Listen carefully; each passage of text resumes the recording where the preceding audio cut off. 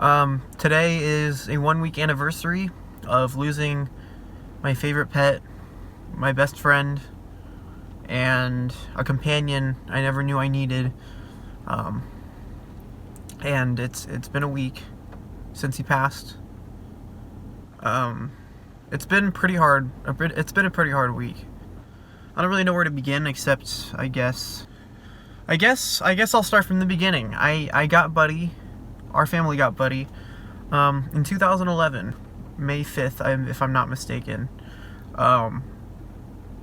It was the day of my 5th grade kickball game at my elementary school, and it was the same night.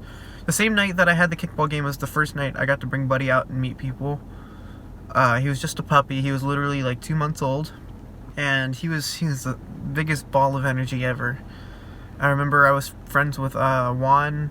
He was like my best friend at the time, and I introduced him to my puppy, and Buddy got to watch me play my kickball game, which is really cool.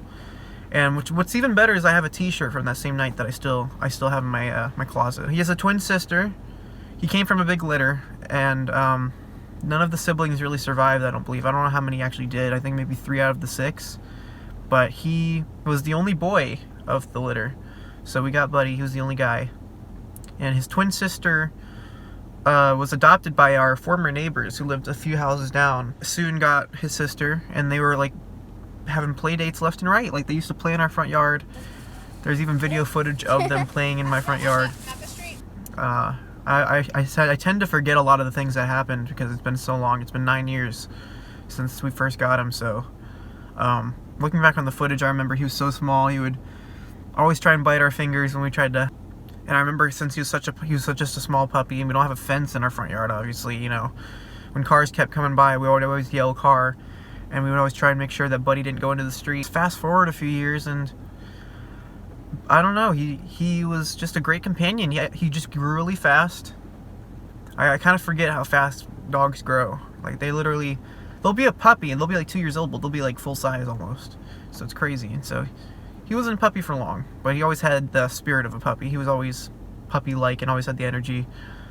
I think 2015 or 2016, I believe it's 2015, he was diagnosed with lymphoma, which is like a cancer of the lymph nodes. It's pretty common in golden retrievers, as far as I know,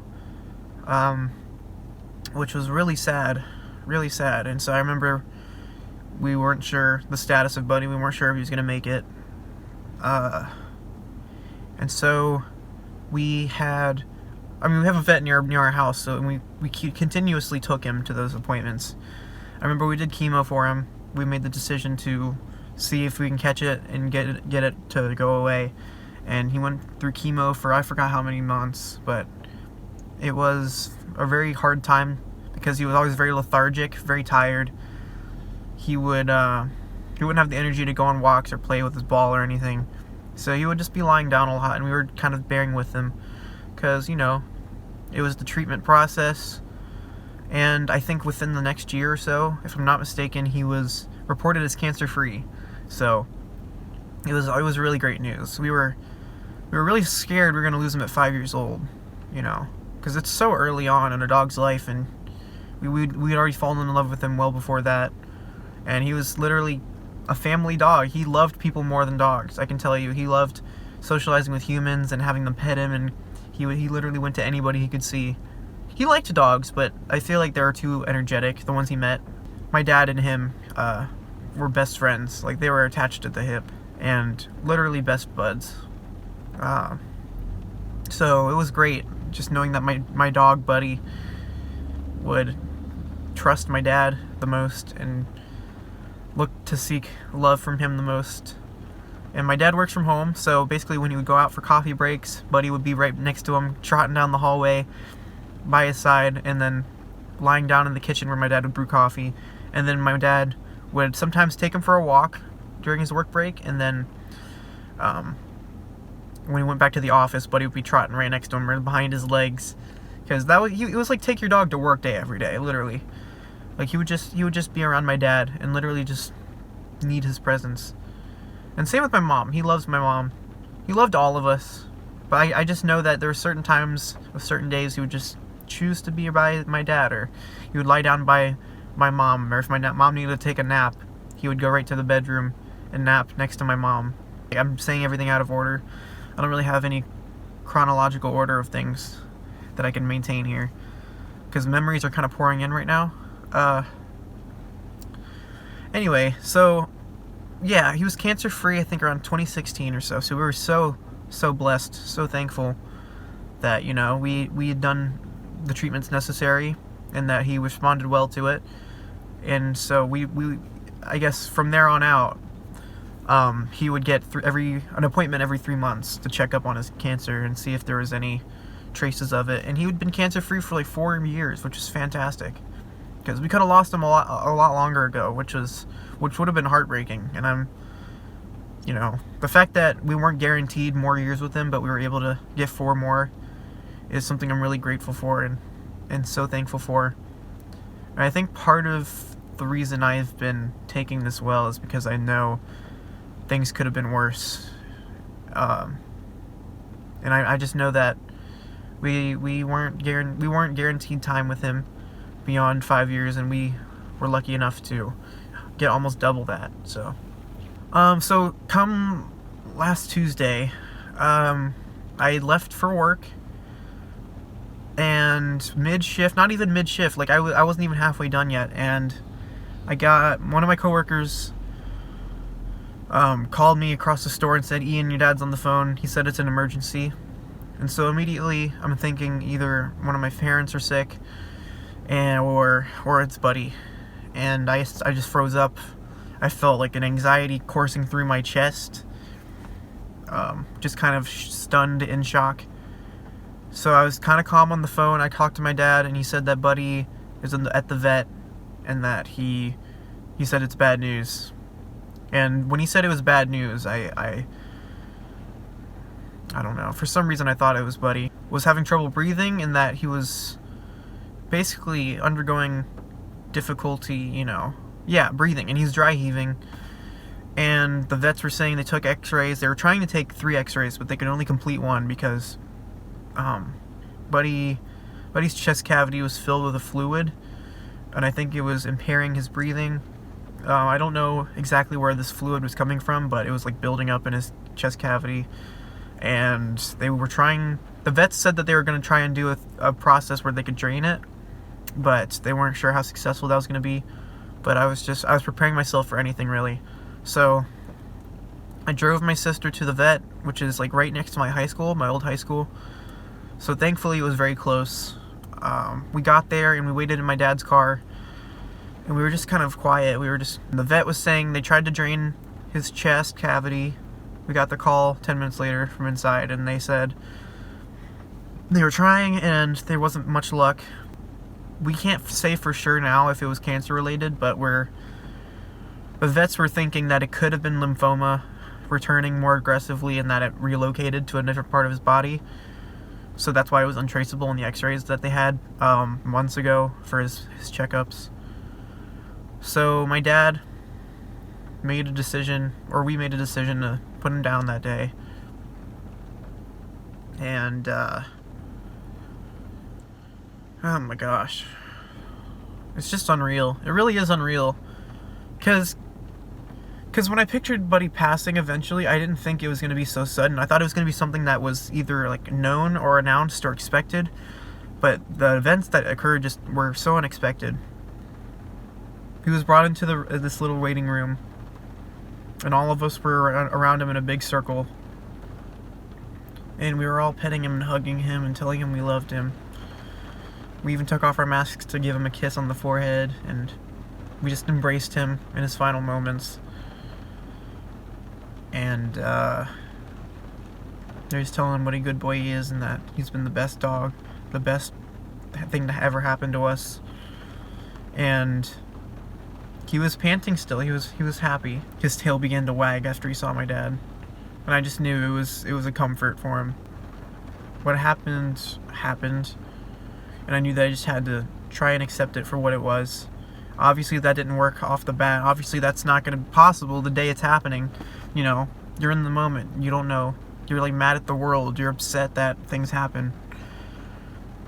I gave Buddy a goodbye kiss, and they euthanized him, and it was very peaceful. And I went home and I took a nap, and I just kept crying in my bed for a couple hours. And I cried basically through the rest of the night, until I went to bed the next morning. And then the days prior, or the days are following, it was just kind of a shock, you know? I didn't really fully absorb the fact that he'd passed. I knew it was so weird, because there's so many habits, and spots, and routines. Like, you know, he had so many outlined places for him to sleep during the day, or he would rest and literally lie down in certain spots of the house, and not hearing the trotting sounds on our hardwoods, and not hearing him pant was all so new to me, and it didn't really hit me until like the day after. But even then, I don't know if it fully hit me, because I was questioning myself. I was wondering if I was grieving correctly. I felt like I was wrong to not cry, like after the day of, and the day after his passing, and I felt like I was moving on too quick. And I thought that what I was doing was wrong, and I was just upset at the fact that it happened, and I didn't know. I thought I'd be like a lot more apparent with my sadness, but, you know, I also told myself that, you know, I've never had to grieve before, and I think that everybody grieves differently, and I can't tell myself how to feel and tell myself how to grieve, because there's no correct way to do it. And I'm also very thankful I've never had to do it as of now, because, you know, I've never lost an immediate family member like that, like an aunt or an uncle or a grandparent, which I'm incredibly thankful for. And I think that, you know, it's all new to me. I'm not used to loss. And so I'm processing things the way I am. And whether I outwardly express the fact that I'm sad by crying, I know I'm really sad, and there's this empty peace in my heart knowing that Buddy isn't there.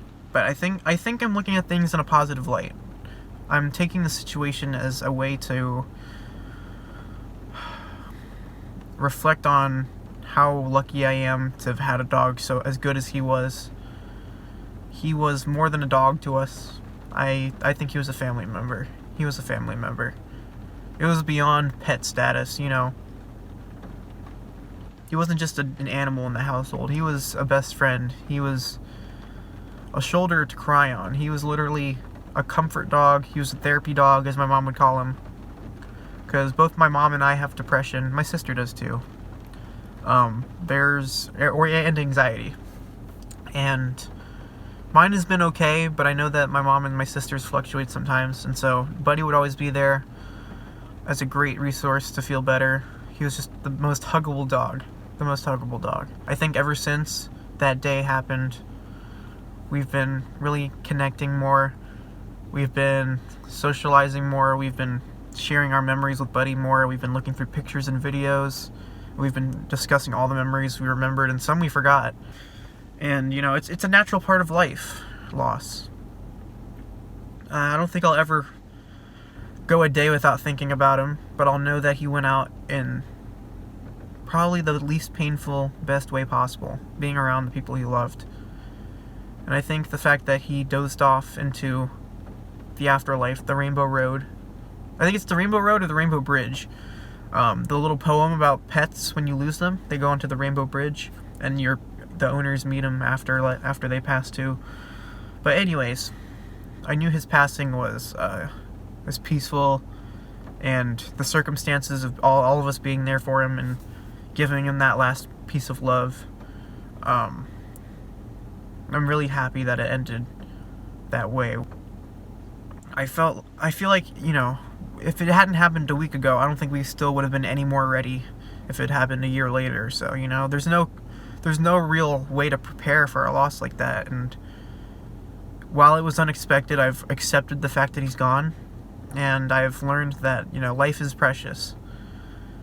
And literally, it's mind-boggling to know that he was literally a presence in our house, being so free and alive and happy, and engaging. Appreciate what you have when you have it. Even when it's such a routine thing to wake up to the same people or the same pets or whatever. One day everything can change. And it's heartbreaking. So it's the lasting impact you had on those people and pets that matters. And, you know, I don't have any regrets with Buddy. I feel like I spent a lot of good times with him. We took him on walks. We took him to the beach a couple times. He went on many birthday playdates with his twin sister. Yeah, so we have his ashes in our house right now.